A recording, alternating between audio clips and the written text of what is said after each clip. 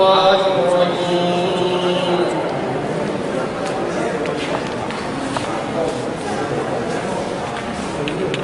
فمن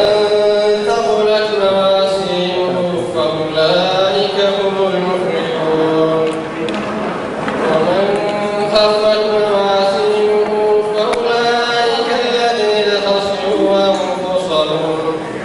فأولئك الذين خسروا أنفسهم في جهنم خالدون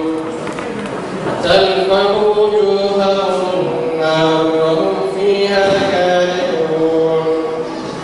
ألم تكن آياتي تتلى عليكم فكنتم بها تكذبون قالوا ربنا غلبت علينا شقوتنا وكنا قوما ضالين ربنا أخرجنا منها فإن عدنا فإنا ظالمون قال اخسئوا فيها ولا تكلمون إنه كان فريق من عبادي يقولون ربنا آمنا فاغفر لنا ذنوبنا وارحمنا وأنت خير الراحمين فاتخذتموهم سخريا حتى أنسوا ذكري وكنتم منهم تضحكون إني جزيتهم اليوم بما صبروا وأنهم هم الفائزون قال كم لبثتم في الأرض عدد سنين قالوا لبثنا يوما أو بعض يوم فاسأل العادين قال إن لبثتم إلا قليلا أو أنكم كنتم تعلمون فحسبتم أنما خلقناكم عبثا وأنكم إلينا لا ترجعون تعالى الله الملك الحق لا إله إلا هو رب العرش الكريم ومن يدع مع الله إلها آخر لا برهان له به وإنما حسابه عند ربه إنه لا يفلح الكافرون وقل رب اغفر وارحم وأنت خير الراحمين صلى الله عليه وسلم رسول الكريم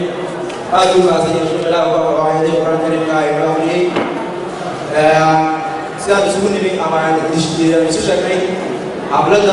ما تسكوني عبلدي أما شروعي جاري جماعة إيست أفريقيا وكذا ونمدا إيست أفريقيا وهاي السودان كينيا رواندا بوروندي يوغندا يوتا تنزانيا وهذا شغلنا ودي قصدي عاونا حفلة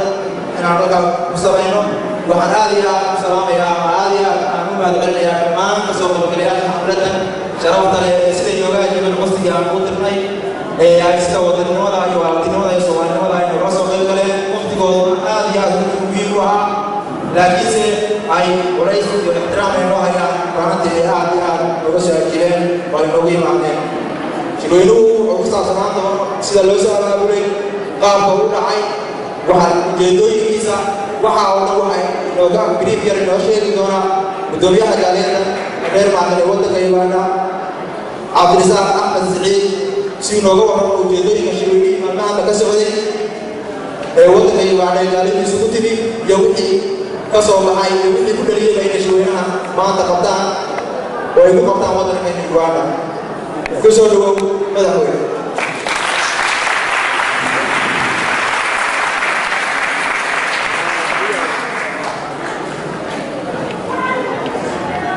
بسم الله مركو مرين الله سبحانه وتعالى رحمات سكرها من اسبوع كان مركا اليوم السلام يا دمان صور الجلياش قدام دماغه وفريتي أنا وقريني كصور الجلاس إذا ويعني سيدا في عجوات ومبدئي إن يهرك المفتشنات سن النوبية معنا آل يا كان يجينا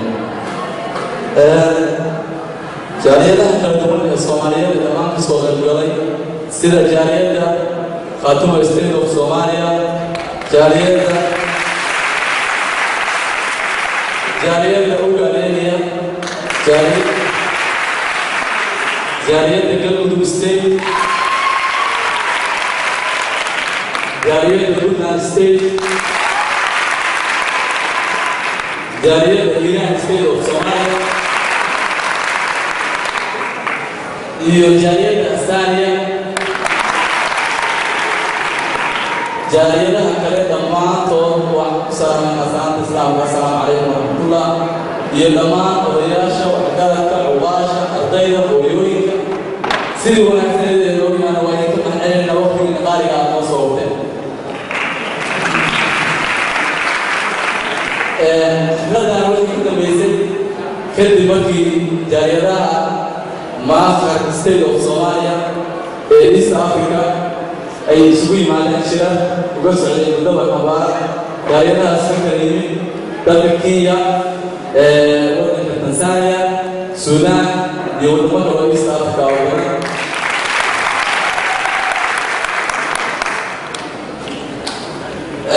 iyagoo isugu ka wadlaya danahooda goboladooda horumarintooda iyo dhammaan ummadda Soomaaliyeed midnimadeeda iyo danaheeda guud qodobo iyo mataqaanaa go'aamo ay ka soo saareen shirkooda halka ay noogu soo socdaan ujeedooyinka ugu waaweyn ee halka shirkan aan isku soo saarayay idinkana waa idinka mahadcelinayna sida wanaagsan ay noogu soo qaybgasheen. iminka wax soo gelaya wufuudda Master State ee ka timid gobolada kala duwan hadda inaan soo dhaweyno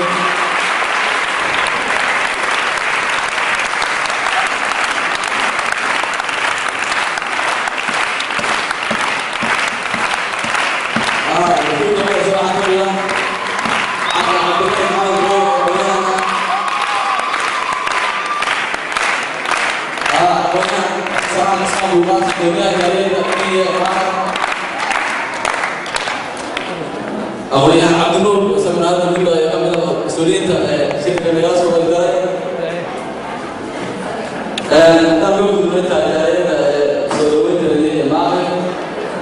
معه الصومالية بدأ عن كل آية سلوك الجاي أولياء شيء وحاجة طبعا جاينا إحنا وعينا شيء وين هذا الجاي لكن معه الصومالية وعنا كل شيء ساكن على البلد لكن إذا كنا العلم فيه يصير ونكسر على رأس البشر هذه الأمور ما تكفي بقول كبقول والسلام عليكم ورحمة الله وبركاته.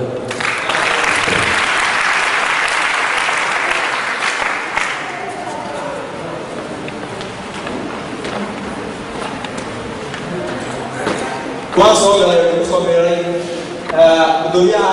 بود الجالية ما عندنا وقت كثير يا شيخ عبد السلام اسمه الغاز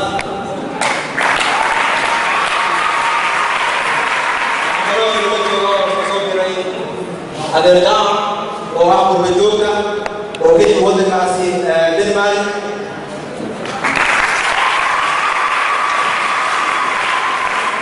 وعقلوا سبعينوي وكتير وفد عامل عبد الغني محمد غوبي وعامل عام وعقلوا كتير أمويان محمد سعيد فرد وكتير أمويان وكتير سمكان آخر مجال الجالية لما أنا تلقى سيبانا وعقلوا يوم الحفير أنسكا يوم مالية ودك جالية لما أنا تلقى كيليا عامل عبد النور وصارت عاملها جالية رجع ضياج الجوا ويكملها رانتي حبي مالين كمدي جالية صوب وضي شغلهم بس جدوين كيما كنت بيسيب على كان سيوغل إسكاس كريان ما يقول الله ما يقول ما مشغولان حالتا ديجاكا هنا مدي ملايين جالية رير بعدين وضمان إيسا أفريقيا آليا لنا في دمانتو كتير وضمان كيليا سودان يونما وضمان إيسا أفريقيا كتير سيدي وشاع سيديتا جالية الكوميدينا يومتي أيكوما بيان أنا أقول لهم كنتي ككلمة وحدة الله يسوع عن آل نازي دمانتو وسلامنا وحينا بدي لوجسا أو رحمة الله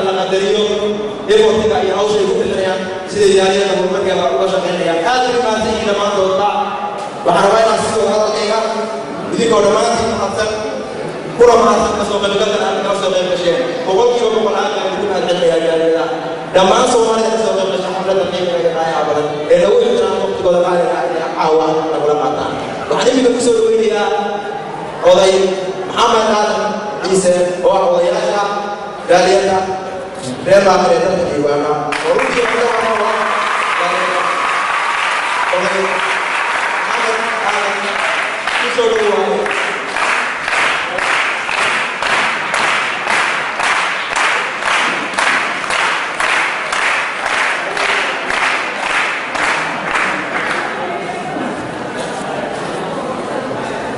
السلام عليكم ورحمة الله تعالى وبركاته.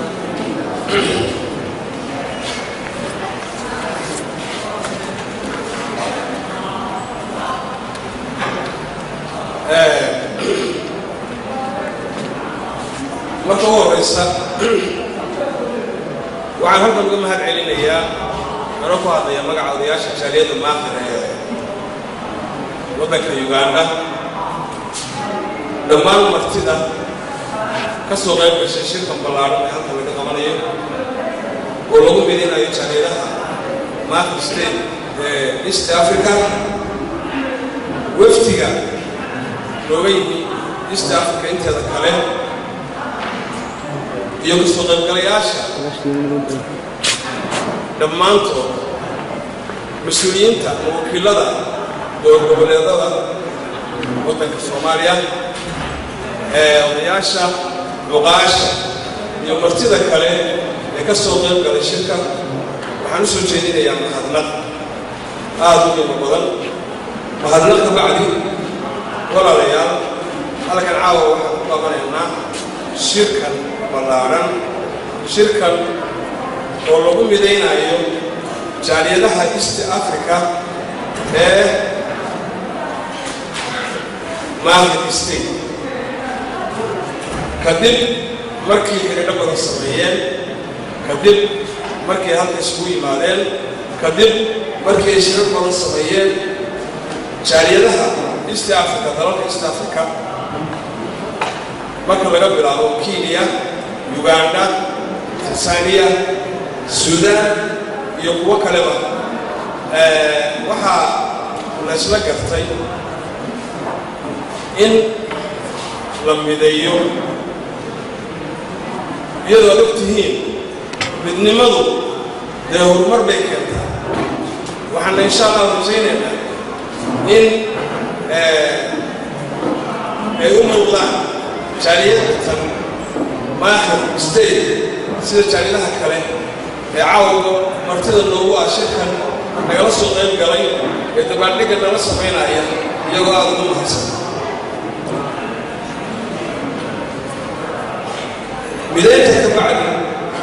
waxaa kale oo shirkiga kan iyana qodob kale ka ah muhiima in aan taageerno shir hore jaaliyadda ugu qabatay magaalada Nairobi kaa laftiisu waxa weeye inaan halka baaqiya iyada oo dib laga sheegi doono oo muftiyeedka shirarka iyagii aan qabanay dadkana loo akhriyi doono saxaafadda loo akhriyi doono haddana waxaan halka anigu ka cadaynayaa odayaasha ka mid ah inaanu taageersanahay haddaan nahay jaaliyadda Uganda ee haddeerto isku darka ka tirsan inaanu taageersanahay jaaliyadda Kenya shilay hore u qabatay magaalada Nairobi iyo go'aamadii ka soo saartay oo dib laga sheegi doono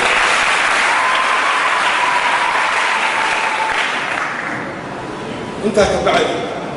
waxaan halka fariin uga dirayaa dadka reer Maaqir aan rabaa inaan uga diro fariintaas oo ah in ama dalka ha joogeen ama dibadda kale oo halkan Afrika ah ha joogeen ay u kacaan oo u guntadaan siday xilka ka saaran dadkooda iyo dalkooda oo maanta si weyn ugu baahan in wax looga qabto ay u kacaan fariina ayaan ilaaha ka diraya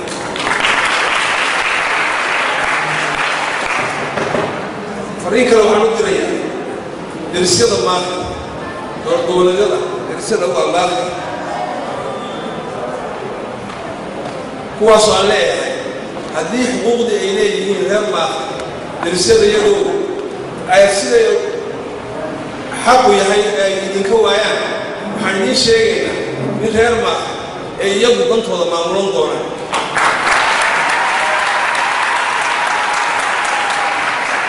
xumaato idiin qabin oo dhibaato kaleeto iyo xumaato idiin qabin oo ka xumayn dowladnimadiinna iyo jiritaankiina soona dhaweynayna haddana haddii dee danta reer maaqi wixii u gaara ay weydo oo ka weydo dariskeeda iyadaa maamulan doonta ismaamuli doonta oo samaysan doonta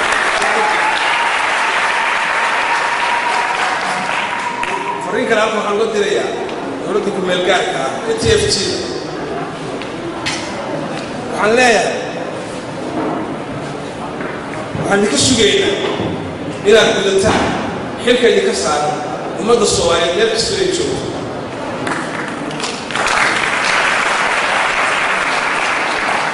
iyadoo idinkoo tixgelinaya xuquuqda cid walba oo Soomaali ah oo waddanka Soomaaliya u dhalata oo dhiigga Soomaaliyeed xaq ay leedahay idinkoo si siman u eegaya waajibka idinka saaran waxaan idinka rajaynaynaa inay soo karaan taasi waxay keeni doontaa inaad kasbataan ummadda Soomaaliyeed fariintaas ayaan iyana ka direynaa shirkan caawa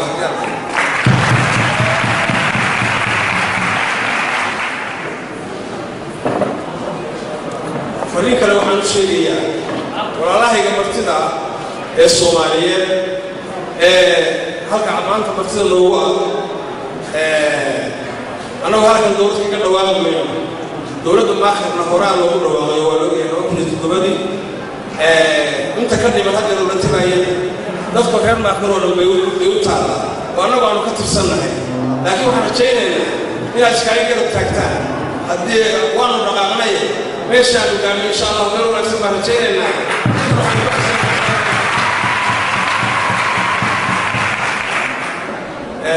iyadoo ay habeenna tahay dadku khudbado dooran ay badan yihiin waxaan aad marnalaad mahad celinayaa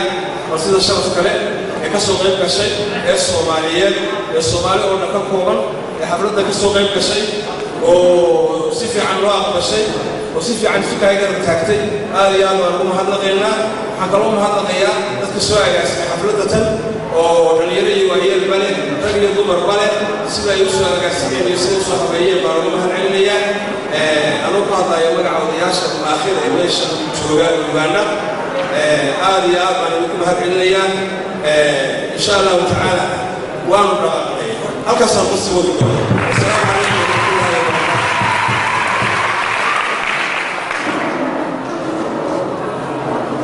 iyo barnaamijyada yidayba aad buu mahadsanyahay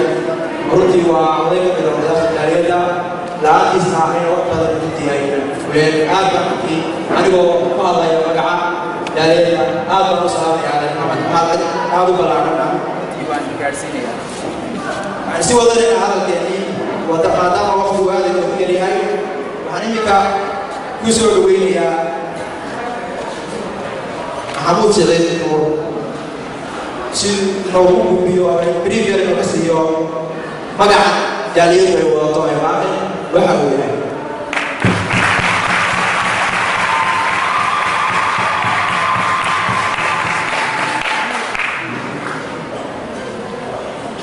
bulshada rayidka waxaa halkan ugu ah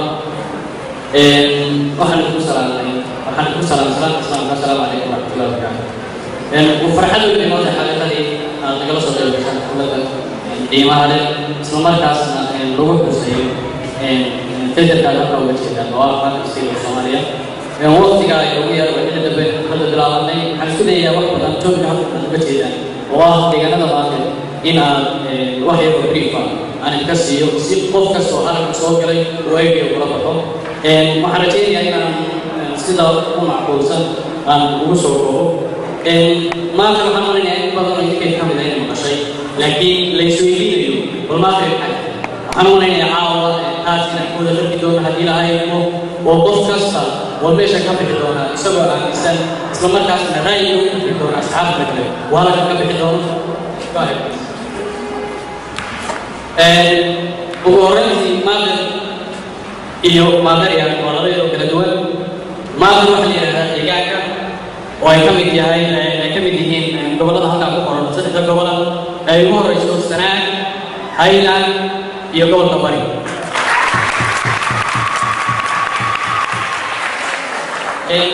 waxaan in badan kala qaadi doonaa dadka la yidhaahdo maamuriyiinta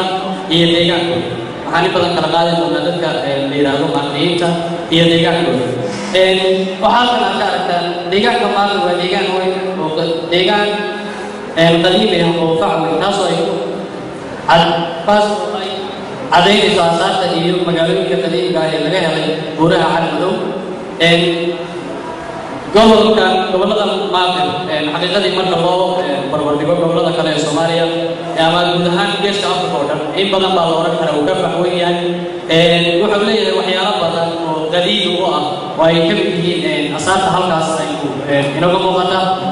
asaarta waxaa laga helay gobollo badan ama magaalooyin badan oo ka mid ah gobolladan maaqir oo ay ka mid tahay magaalada Laasqoray buuraha Calmadow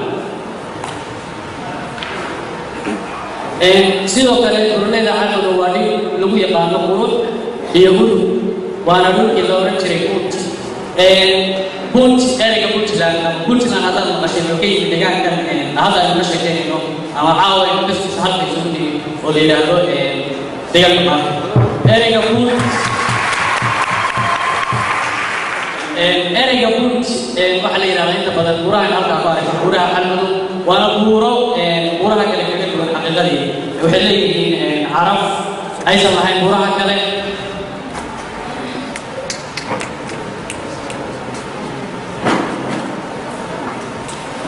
iminka waxaan khadka soo galay oo ku soo biiray Jibriil Cali Salaad oo ka mid ah oo ahaa madaxweynihii asaasay maamulka Maaqir State ku soo dhawow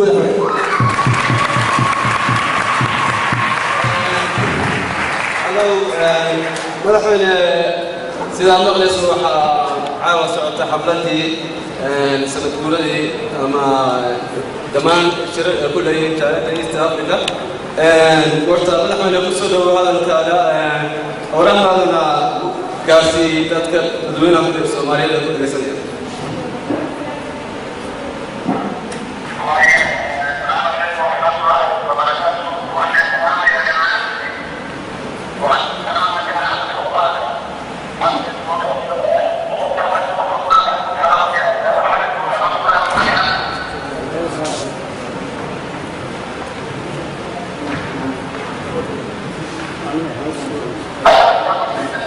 madaxweyne waa lagu maqlayaa hadalkaada isdhaafsan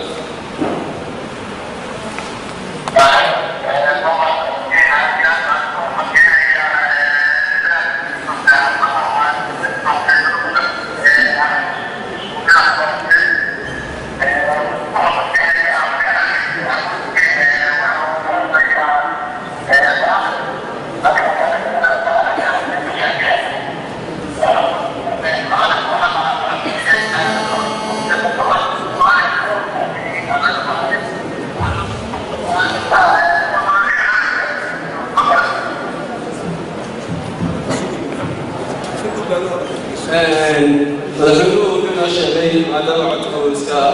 yaryahay marka hore wuu islaamaya dhammaan ummadda Soomaaliyeed ee xafladda ka soo qayb gashay marka labaad wuxuu yidhi maamulka dowladkan Soomaaliyeed ee Maaqir waxaa la aasaasay sanadkii 2007 wuxuuna ka shaqaynayay deegaanada gobolka Sanaag iyo Highland haddana madaxweyne hadalkaasi wado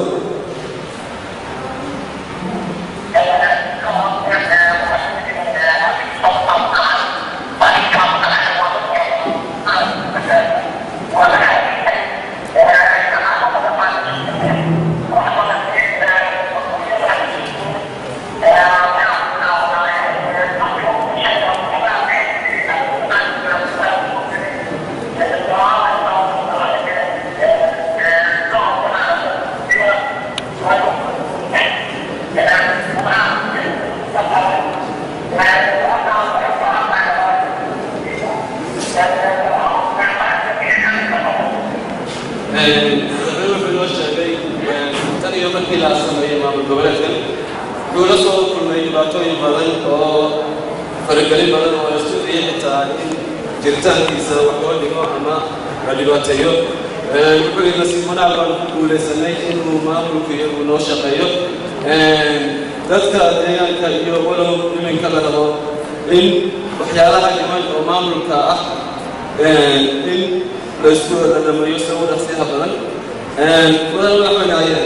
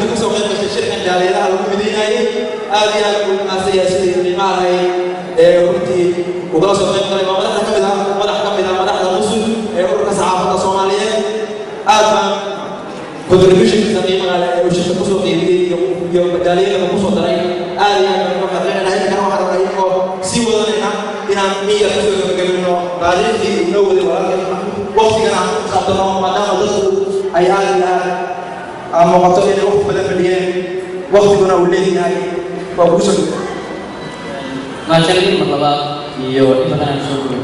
waxaan codsanayaa walaalkay mustaqbalgalay badan badan inuu u istaago ama mustaqbalkiisa adooraad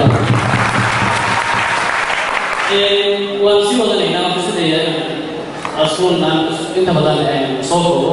nuxu kala ka dhigo deegaanada badan waa meelihii soomaalidu badankeedu ay ka soo baxday waa su-aal isweydiin badan sidee bay soomaalidu badankeedu ka soo baxday deegaanada maanta jawaabtu kama fogaan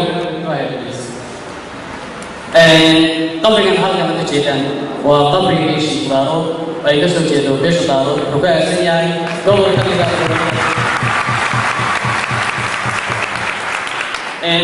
waxaa la yidhahdaa magaalada Highland waxay u dhowdahay 5 kilomitir u jirta magaalada Baran 93 kilomitir waxay u jirtaa magaalada Dhahawa caasimada gobolka Highland 300 iyo 53 kilomitir waxay u jirtaa gobolka saddexaad oo ah gobolka Bari xaqiiqadii in badan waa u jeedaan waxay idin muuqdaan waa sawirkii daaro waa meelo xaqiiqadii xusuus mudan oo in badan Soomaalida ka mid ah ay u daawasho tagto odayga ka soo jeeday ama odaygii beesha daaro ay ka soo jeeday qabrigiisa oo baasan gobolada aan hadda ka sheegaynayno xaqiiqadii aad bay xusuus mudan maadan Southern deegaanada maanta waa deegaanadii ay ka soo farcadeen abayaashii Soomaalida sidaan hore u soo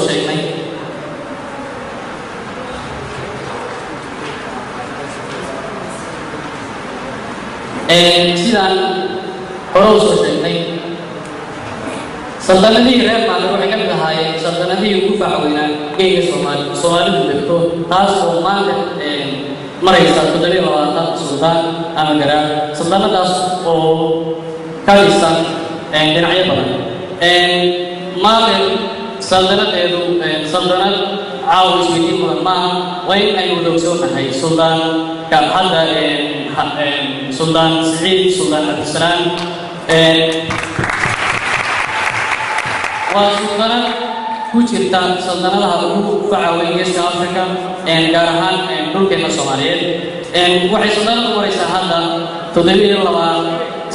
way 7 jirtay oo ah xilka haya suldaan Siciid suldaan Cabdisalaam oo ah odaygii 7 marka taas waxay ku caddaynaysaa saldanadu inaysan ahayn mid shalay bilaabatay iyo goraa laakiin ay jirtay qarniyo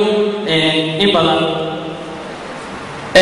waxay nidhi saldanadu waxyaalo badan bay ka dhistay waxyaalaha badan ay ka dhistay waxaa ka mid ah xagga dhaqaalaha waxbarashada xag ciidan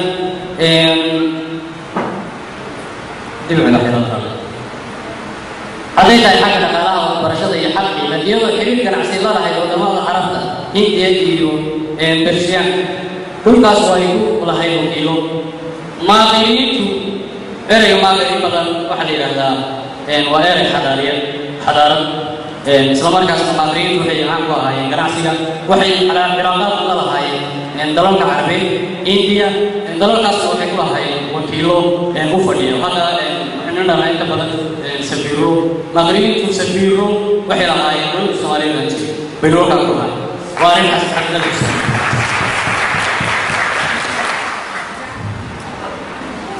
سلطنة أسرار وجوه سلطنة أسرار وجوه تجي وجوه تجي كويس كذي بلابين وصول الوقت كلنا كلمي بدن سيد كذي كم وقال لقى كويس حسي يشيل مركي كمبين لقى شيء ساري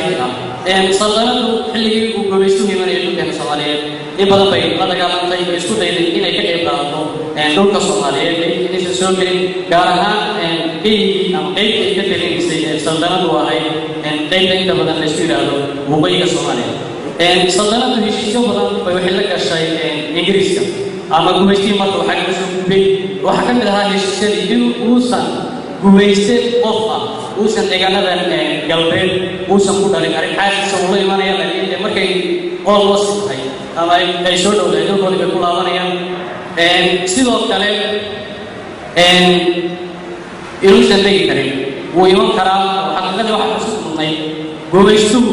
تجانا موبايل بدل حلوة كتير لا بدي سمع هذا صدق كتير وحلوة كتير حلي الله هذا عدم تكبرية دولة intaas kadib waxaa dhacday sorry Sultan Garaan Sultan Muhammad Ali Sharif islaamka lagu jeedaan waa Queen Elizabeth oo qof kasta aan u malaynayo halka jooga uu garanayo waxay ku noqdaan Sultan wuxuu muddo 2 sano ku xidhnaa jasiirad ku taala dalka Hindiya oo gumaystuhu qaaday wuxuu kala xidhnaa boqorro ka mid ah boqorrada Afrika xaqiiqadii ugu caansan oo uu ka mid yahay boqor ka soo jeeda dalka Ghana iyo boqor dalka maanta jooga martida u dhahay ee Uganda uu ka mid yahay magaciisana la yiraahdo Obageera marka waxaan maraynayaa in badan idinka ka mid ah baari karta Obageera wuxuu ka mid yahay boqorrada ugu caansan dalka maanta jooga ee Uganda Soomaaliya waxaa siinaya bilad waxaa lagu siinaysaa Queen Elizabeth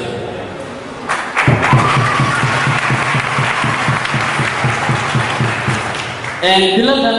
qof bilada isoo guddoonsiyay Soomaaliya waxaa lagu guddoonsiyay heshiiskii dhex maray saldanada iyo Ingiriiska Queen Elizabeth waxay ugu yeedhay dalka cariga Ingiriiska magaalada London isla markaasna ay ku guddoonsiisay bilad sharaf Sultanka guud ee maanta Ingiriisku wuxuu bedelay siyaasad ويسمى ما كان كله بيجرو لورا جري حروفته وحنا بدري حسبيو مركي لورا إني كونفورتا أمين سوري وغير كسوماليا وستي والله جري وغير إنجليزا سي أي وصل صحيحان شيشكا وستي قاعد يقولوا سؤالي إنجليز سؤالي وحنا وصل شري وحنا كل أفضل لوكي إسلام مركز وين العدي كهاي ستان صحيح كهاي ستان ورا كستان وين صحيحها سودان يقول إن شاكنا ليا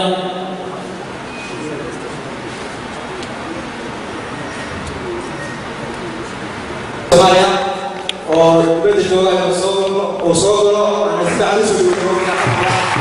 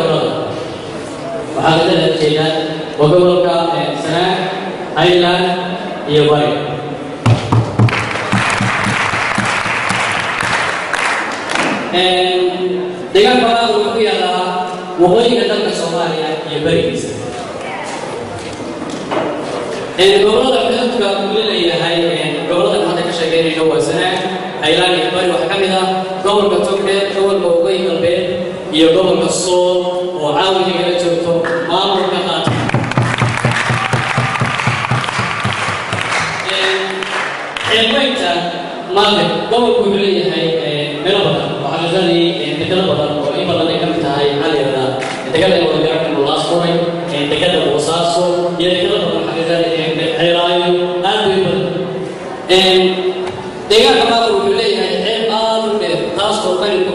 خيرات ودوسونا هاي ويفرض حمرين كيني ديك كمدا قفار معاو كل كلاس قري الان من يكون سمش ودي مرمريا كل كلاس قري وكسو بخا اما سميسو ورشد كلاس قري كتا لكل كسنه مغالي هو وين قبل الله ما كان وسناك هايلاند يبري عيد او حتى لكل كسنه بڑا حتى لكل كسنه دهار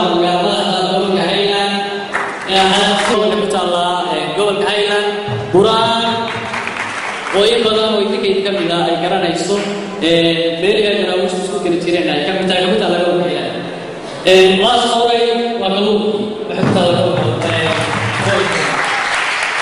بوزاس عايز والله كله سومالي عايز أي كلية مركب العاوة وضرب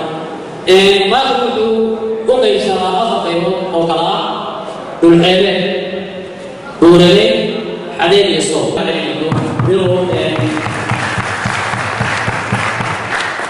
waxaan nidhi afar waxyaalood dhulxeeleedku waa kuwa kan waad u jeedaan waa laasqoray waa boosaas waa xeelaayo waa alowri marka waa meeshaad u jeedaan hadda loo fadhido iyo halkan sidoo kale halkan idin karaa laga helin aqoonyaha martida oo xagga sare joogtay inaan arkayn laakiin waxaan ku rajooynaa haddii ilaahay inaan soo saari doono koobiyo ama si ay aamin gebigiyo aan ugu qaybi doono qof kastoo meeshan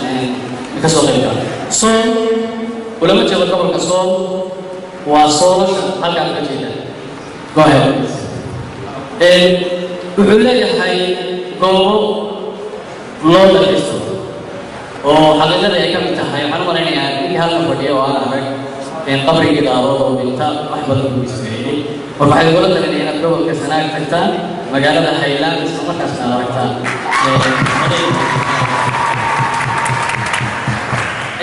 gobolka waxyaalo badan buu xaqiiqadii leeyahay oo dad loogu dalxiistago waxaa ka mid ah buuraha ugu dhaadheer geeska afrika gaar ahaan gobolka soomaaliya oo ay ka mid tahay buurta suran isla markaasna la yidhaahdo fiidkooda ama dherarkeedu wuxuu leeyahay 7,900 fiid buurta suran waa ujeedaa waxaa malayna in badan idinkeed ka mid ah inay muuqaal ahaan ama dhegta ka maqashay laakiin caawa nala arka dhulku ama deegaanada xaqiiqadii khayraad badan bay leeyihiin khayraadka ay leeyihiin waxaa ka mid ah xoolaha nool oo sida geela adhiga iyo looda beeraha oo xaqiiqadii buuraha caalmada oo dhan ay yihiin dhulbeereed oo marka gobolka sanaag la leeyahay khayraad markaan leenahay magaalada dhaxal eeriyadeeda soo waxaan maraynaya gaari uma keeno qudaar qof kasta isaga intuu wuxuu geedkiisa oo isla markaasna miraha kasoo goosto gobolka bari magaalada boosaaso iyo degmada galgala waxaa xaqiiqadii caan ku ah khayraadka badda tayin ka sheegayn maayo in badan baa ku dheeraaday waa wadowsanta kalluunka laasqoray tusaale soo qaatay macdanta oo ku jirta buraha golis in badan maqashay buraha golis waxay isku xirtaa gobollada hadda aan sheegaynay oo dhan meelaha xaqiiqadii la taaban karo macdanta ay ku jirto waxaa ka mid oo in badan idinkeed ka mid ah caawa ay garanayso buuraha majiya iyo dariya sidoo kale meelo badan baa xaqiiqadii waa marka ka hadalaba macdantii waa diamondkii waxyaalaha ilaahay ku manaystay bay gobolka ka mid tahay sidoo kale wuxuu leeyahay gobollada hadda ka sheekeynay maakay meelo badan oo laga soo saaro shidaalkaas waxaa ka mid ah ceelo badan oo xaqiiqadii evidence baan idin hayaa waa idin tusaya haddii lahaynu u xidhan shirkada weyn oo layidhaa shirkado badan ay ka mid tahay corona marenda shell wax yar dib u noqo ceelashaas waxay ku yaallaan saddexda gobol bari way ku yaallaan sanaag way ku yaallaan iyo sidoo kale haylaan magaalooyinkaas waxaa ka mid ah magaalada qadiimiga ah ee laasqoray quraan aad wada garanaysaan ceelgu iyo xadeed waxaan u malaynayaa ka badan intaas tusaale baan usoo qaadan laakiin almost 10 inay gaarayaan baan u malaynayaa ceelasha shidaalka oo calaamadsan insha allah marsan aan ku rajoogaynaa in soo saari doono wax yar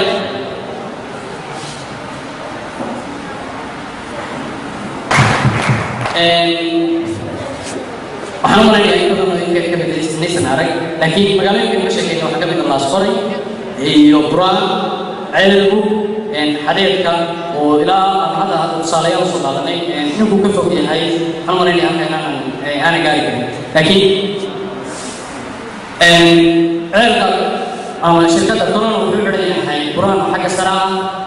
ceelku xagga hoose ku xidhan tahay laasqoray waxay saaran tahay darafka sare oo shirkadda yidhahdo sheel bay xidhan tahay ceelkaasu xaqiiqadii waxa la yidhahdaa waa ceelka ugu shidaalka badan geeska afrika xaqiiqadii waxa la yidhahdaa haddii la soo saaro ceelkaas in badan oo ka mid ah dhul carbeed baa shidaal waayeysa wuxuu ku jiraa 3 kilomitir magaalada caanka ah qadiimiga ah ee laasqoray ceelkaasu dhulku weeyaan godku ku yaal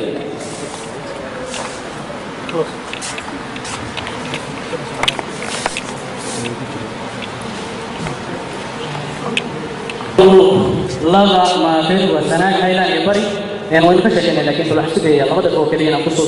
kusoo koobo isla markaasna si picture aan kusoo gudbiyo magaaladan waa magaalada Ceergaabo ee gobolka Sanaag magaaladan waa magaalada la yidhaahdo Badhan sidoo kale waa nahar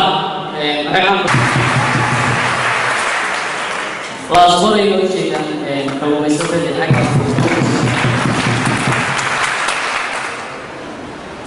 magaalada waa quraan waxay ka mid tahay magaalooyinka ugu horumarsan gobolada Soomaaliya waxay leedahay labo buurto waxaa loo jeedaa laba iyo haddii ma kala ogaa waxa weeyaan haddii abaar dhacday haddii kale biyuhu iska soconayaan magaalada hadaftimo waa magaalo qurux badan xingalol hadaftimo kama dhacdo waa xingalol magaalada Ceelbu magaalada Gaagaabo oo gobolka bari ku taal naxdinka ama dadka heshiisyadii ay isku la galeen Soomaaliya kale markay xornimada siiyeen ama Afrika oo dhan xaqiiqadii heshiiskan wuxuu ka qoran yahay ama yalla meelaha ugu weyn caalamka oo inta badan laga helo xogtii qadiimiga ah waan ka xumahay oo si wanaagsan loo arkan laakiin aad u wanaagsan ayaan dalaadka lahayd waa heshiis u dhexeeyay dowladda Ingiriiska iyo Sultan Maxamed Ali Sheikh oo ka talinayay waqooyiga Soomaaliya inta badan waxaa la yidhahdaa heshiiskan waxyaalo badan buu kaga duwan yahay waxaa la soo horfadhiistay face to face oo waxa la yidhi wareer anigana waxaan ay wanaagsan adigana waxaan ku wanaagsan aakhirkii si boqolkiiba ama guusha waxay ku raacday Sultan Maxamed Ali Sheikh oo waxaan u malaynayaa inta badan waxaanu ka codsanayaa intiinaan caawa halkan aan arag in aad insha Allah warshadada aan soo geli doono waxaan ka raadinaynaa xogtii wanaagay dhamaanteed anagoo si xeelkooda ugu yaqaawis si yar ugu soo gudbinay laakiin xafladana ma aha tii ugu horreysay ma aha tii ugu dambeysay xafladu waa inoo socon doonaan haddii ilaahay idmo wax badan waad ka baran doontaan ama ka regi doontaan dhulkan hodanka ilaahay ku banaystay khayraadka dabiiciga aynu ka hadalnay ha ahaato midda badda iyo tan beriga taallada goboladan waxay caan ku yihiin xaqiiqadii intii burbur jiray Soomaaliya wax dagaal sokeeya kama dhicin waxyaalaha ay ku amaanan tahay waxaa ka mid ah nabadda aad baad u mahadsantihiin inaad dhegeynaysaan wada dhegeysataan wax misteega aan sameeyey inaadan baanahay oo ikaraar gelaya mar labaad iyo mar saddexaad inaad nagala soo qayb gashaan xafladan sharaf weyn bay noo tahay wali mahadcelinaya wasalaamu calaykum aad iyo aad u mahadsanyahay maxamuud siciid nuur fribaaya iyo historiaya kasi allah ku xaladida ku raacay siciid nuur ku xaqay asbari ku sheeganayo jeli oo isku leeyahay ka soo gashay kalluun inta la isku qofay wali oo soo jeeday maanta gardaa aad iyo aad u mahadsanyahay maxamuud taariikhda ayay naga siiyay waxa uu maranayaa dadka qaarkii ama dadka badan oo shaqeeyay raantooduna lagu yaray waxaan aad ugu mahadcelinayaa sida aad u dhegeysataan sida aad u xaqaan saburiya ayaan ugu dartaan intaan waa jeclaanahay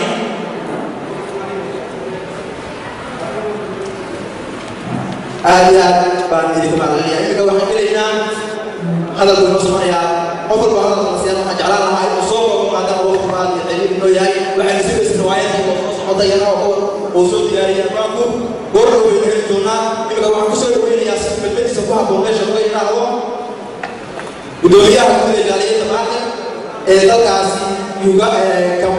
Kenya Dr. Sheikh Abdisalam Ismaan Bulqaas sidoo kalmadiisa ku habboon meesha laga yiraahdo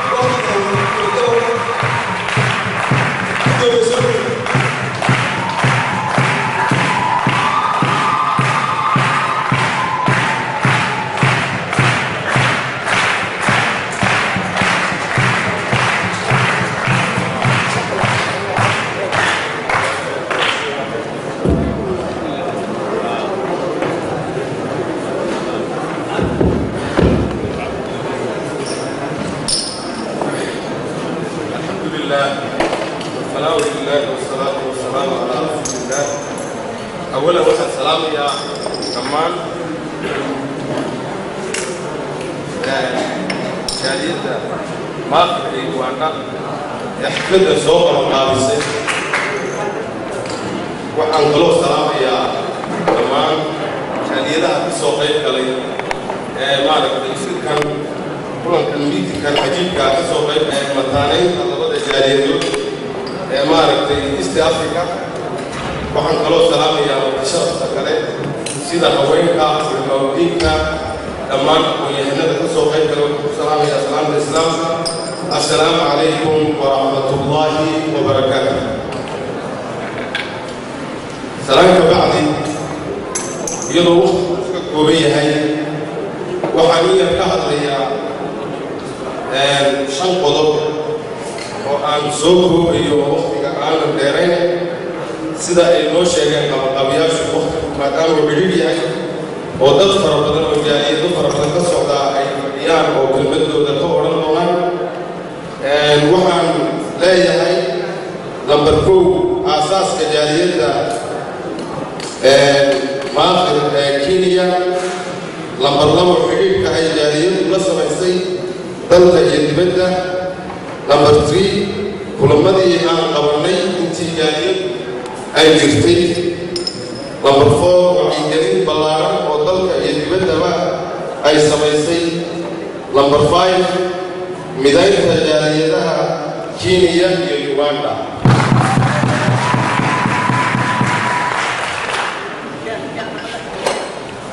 تنكو الأساس كأحكام وعلى أساس الجالية ماخر المغلظة لصوش شاكي سناك هيلان يوبري سنده مركا هاي لابد يكون يسيدي أيام هو أساس لي مقالمات كينيا أي نيروبي يلو ماركتي أنا كقولي سنينا نسوكينو قيبها kala duwan ee bulshada ku nool ee maakhir Kenya sida culimadiinka ganacsatada aqoon-yahanada ardayda jaaliyadda wax ka barata dalka ayaa waxaan qabsanay xaflad aad u weyn taasoo aan ku lafagureynay in danta aayaha mantaqada laga tashto waxaanu samaynay urur ama jaaliyad weyn oo ka kooban rag iyo haweenba waxaanu ku guulaysanay markaanu isu nimid oo maaragtay wada falanqayn fara badan iyo talo fara badan la isweydiiyey in la magacaabo guddi ka shaqaysa duruufaha dalkii iyo dibaddaba u haysta mantaqada guddidaas waxay samaysay in ay awalan ka bilowdo gudaha Kenya in ay sanduuq samaysato iyaga u gaar ah